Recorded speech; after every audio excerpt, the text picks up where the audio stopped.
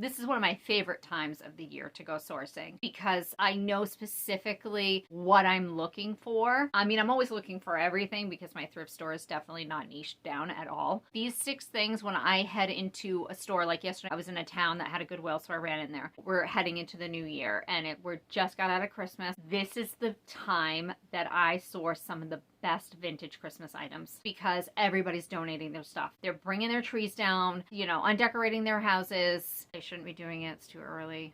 I believe waiting till after New Year's. But it's great for me because they're donating all of their stuff to the thrift stores. Yesterday I ran into that Goodwill. I immediately went to the Christmas section, saw 2 things that I knew were knockoffs, and then behind that were 2 more things that I had never seen before. Had a gut feeling about them just by the way that they looked, and they still had their tag. Researched them, incredible sell-through rate, amazing, and the resale value is amazing also. So it was a no-brainer. They were $4 a piece. I'm making a video on those 2 items for you so that you know what to look for if you see them. I'm very happy that I went straight to the Christmas section because someone else could have grabbed those before me. So Christmas donations after the holiday, which you probably think makes no sense, but it does for me because I list holiday all year round. It doesn't matter.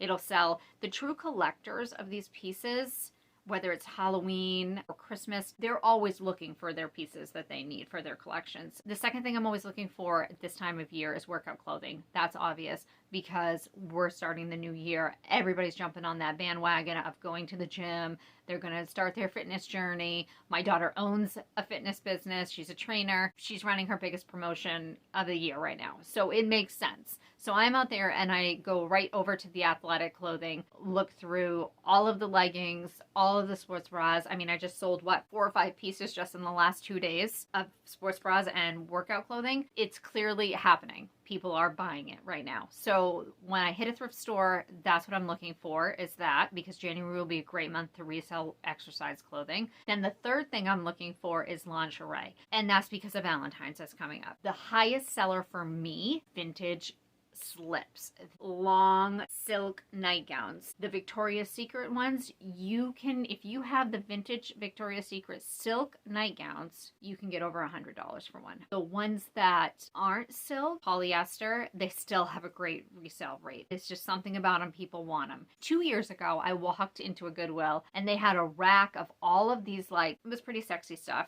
you know, like Teddy's lingerie, the garter sets, garter, you know, top and bra, matching panties with a garter belt. They all had brand new tags on them, but they were from the 80s from a boutique. And I don't know who donated them. I don't know how they ended up there. They were all on one rack and they were asking $5 a piece for them. Are you kidding me?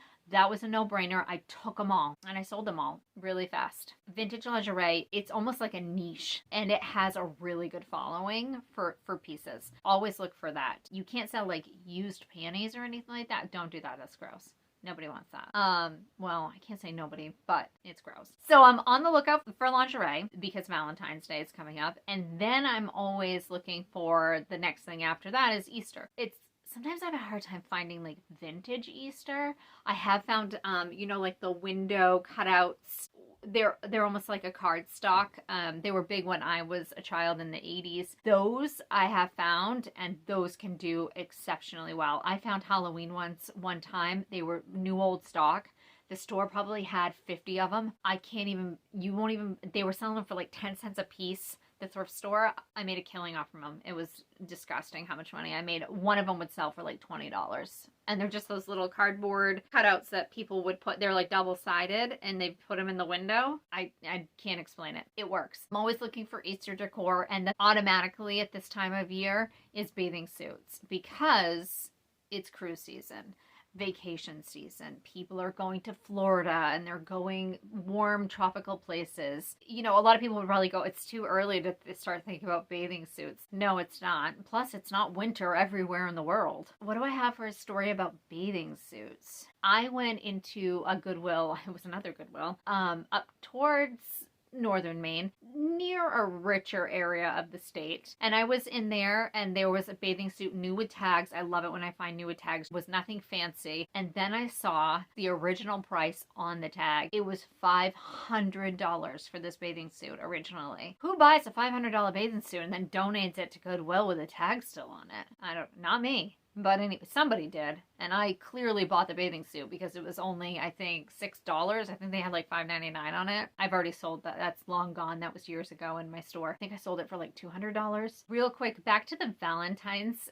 I had sourced, because you can source at more places than just Goodwills and thrift stores. I sourced at an auction. There was brand new vintage. You know how like Valentine's cards can come in almost like a book, and you can open it up and then they like pop out. This was a brand new huge book of Valentine's cards, and I bought it at auction, and someone was bidding against me, and I think I paid like $35 for this book of unused Valentine's cards. Valentine's was going to be in exactly a week from that auction. Immediately put it in my eBay store, I think for $150, and I sold it within a couple days for like $130 or something like that. I ended up making like over $100 on it, right? Go to the same auction 2 weeks later. 2 people come up to me laughing. They're like, everybody was talking about how you overpaid for those Valentine's cards last auction.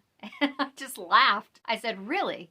I said, they're all laughing at me and they think I overpaid? Well, I just made over $100 off from it. So who's laughing now? The local market, I never could have gotten that amount of money for that. But I'm selling worldwide. I actually might even have shipped those globally. I don't know. I can't remember.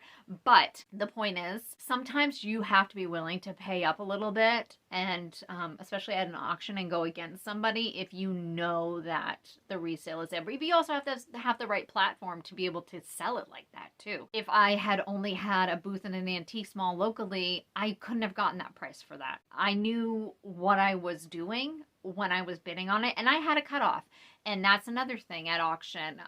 Just tangent here real quick. When I go to an auction to bid on items for resale, I have a budget. I have a price point in my head where I know, okay, I know I can get X, Y, and Z for this, so I can't go past this point on that. That's just how it is. If it's for something for me to keep and it's for my own personal collection, that might be a little different. If it's for resale, I have to be smart about it. But anyway, those are the 6 items that I look for at this time of year. And I was so shocked when I walked into my first store after Christmas to go sourcing, and I automatically went to those places. And I think that's just because I've done it now for 6 years, and I know, okay, we're going into January, and people are going to be going on cruises, and we got Valentine's Day coming up, and we got Easter coming up, and everybody's donating their old Christmas crap. That's how my brain works. If you do this long enough, I think that's how yours eventually will too.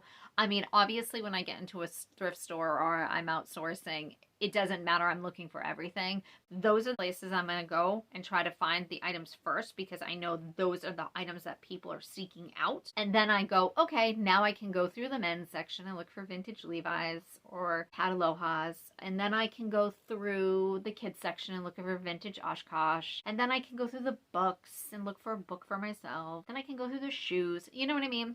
So, but those are the areas that you're going to want to probably hit right now. And yeah. Good luck.